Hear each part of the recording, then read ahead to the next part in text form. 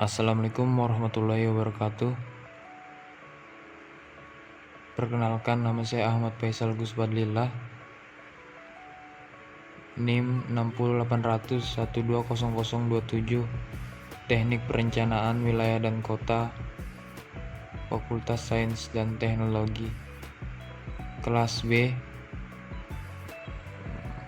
mata kuliah Prasana Wilayah dan Kota 2. Adapun materi yang ingin saya paparkan yaitu bentuk-bentuk pemusnahan atau buangan akhir sampah.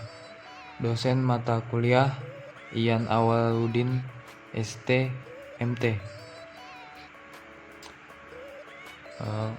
Langsung saja, pengertian limbah atau buangan yang bersifat padat atau setengah padat yang merupakan hasil sampingan dari kegiatan perkotaan atau siklus kehidupan manusia, hewan, tumbuhan, atau sisa kegiatan sehari-hari manusia dan atau proses alam yang berbentuk padat. Bentuk-bentuk pemusnahan atau pembuangan akhir sampah. Pertama, open dumping. Open dumping merupakan jenis pembuangan akhir yang paling sederhana dan paling murah, yaitu penyediaan suatu lokasi terbuka dan sampah dibuang begitu saja. Open dumping cocok untuk sampah hasil sapuan jalan, abu, dan benda-benda yang dapat dibakar.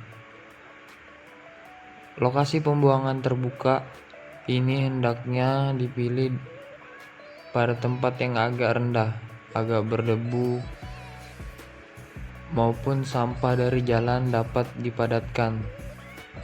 Perlu diperhatikan agar tanahnya kedap air untuk menjaga cairan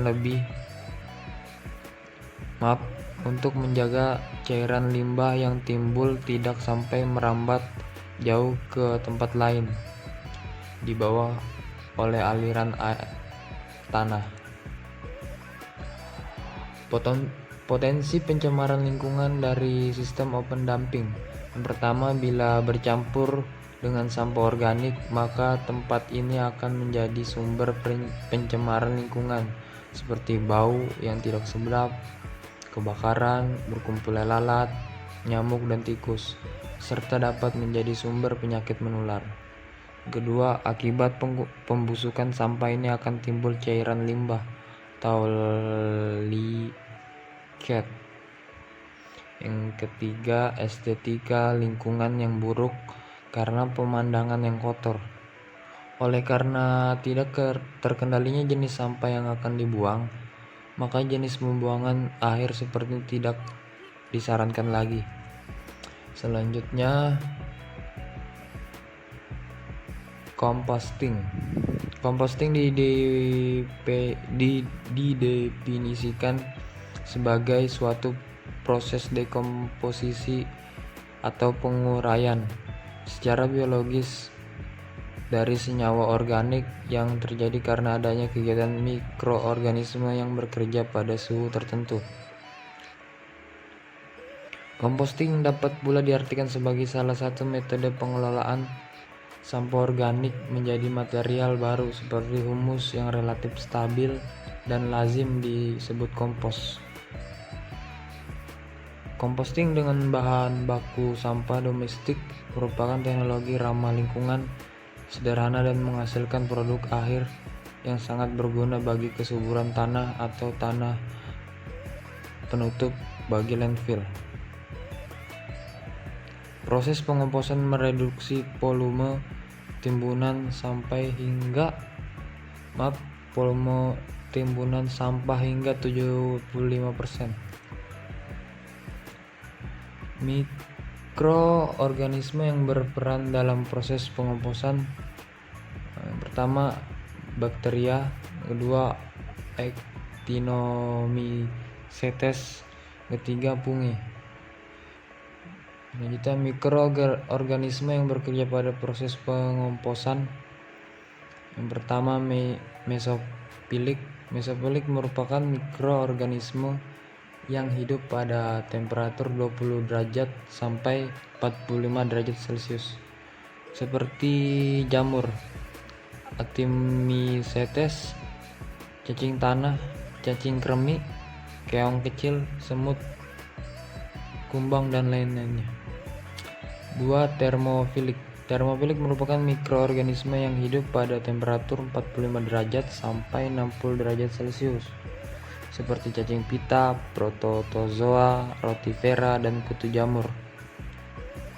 Selanjutnya, sanitary landfill and control landfill. Sanitary landfill atau pengurungan berlapis bersih. Sarana pengurungan sampah ke lingkungan yang disiapkan dan dioperasikan secara sistematik dengan penyebaran dan pemadatan sampah pada area pengurungan serta penutupan sampah setiap hari. Controlled landfill atau pengurungan berlapis terkendali. Sarana pengurungan sampah yang bersifat antara sebelum mampu melaksanakan operasi pengurungan berlapis bersih. Tempat sampah yang telah diuruk dan dipadatkan di area pengurungan ditutup dengan tanah sedikitnya 1 kali setiap 7 hari. Selanjutnya, sanitary landfill. Sampah diratakan dan ditimbun dengan menggunakan lapisan tanah dan pasir hingga saat ini merupakan metode yang paling ekonomis dengan dampak lingkungan terendah. Sanitary landfill yang dikelola dengan baik dapat mengubah area yang tidak berguna menjadi open space yang menarik. Sanitary landfill yang tidak dikelola dengan baik dapat menyebabkan pencemaran air tanah. Adapun klasifikasi landfill, yang pertama landfill untuk sampah perkotaan, yang kedua landfill untuk sampah yang ukurannya telah diperkecil.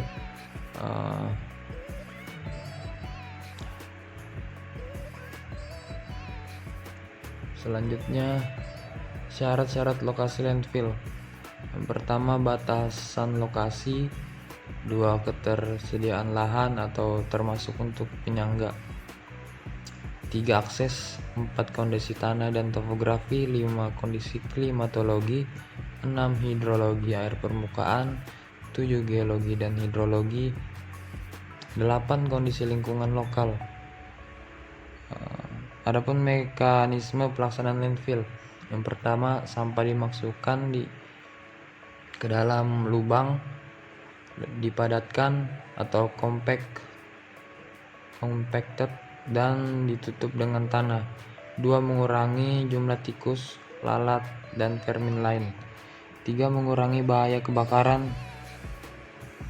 4. Mengurangi bau. 5. Mengurangi bahaya pencemaran air permukaan dan air tanah. 6. Sistem baru dilengkapi dengan pengumpul air, lindi atau liket, dan gas yang dihasilkan selama dekomposisi. Selanjutnya, kekurangan sistem sanitary landfill. Yang pertama, timbulnya gas yang menyebabkan pencemaran udara seperti metan, H2S, NH3, dan lainnya. 2. H2S dan NH3 walaupun jumlahnya sedikit namun dapat menyebabkan bau yang tidak enak sehingga dapat merusak sistem pernapasan tanaman dan membuat tanaman kekurangan gas oksigen dan akhirnya mati. 3. Terjadinya kebakaran pada landfill. 4. Kontaminasi air tanah atau aquifer oleh leakage dan sisa-sisa tanah yang terkontaminasi. Terakhir, 5. Timbulnya masalah lingkungan seperti bau, debu, sumber penyakit, dan polusi udara. Selanjutnya, incineration. Incineration merupakan metode pemusnahan sampah dengan cara pembakaran. Incineration dipakai secara luas di negara-negara maju. Adapun kelebihan incineration, yang pertama merupakan sistem pengolahan sampah tingkat tinggi. Yang kedua, sistem ini dapat mengolah berbagai jenis sampah. 3. Polutan organik dapat dimusnahkan dengan teratur dan polutan inorganik terkonsentrasi di bagian residu. Yang terakhir, kelebihannya panas yang ditimbulkan dapat digunakan untuk menghasilkan energi.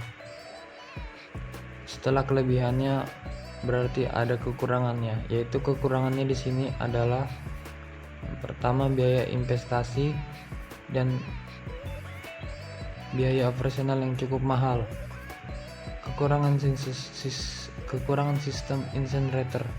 Pertama, dihasilkan abu kurang lebih 15% dan gas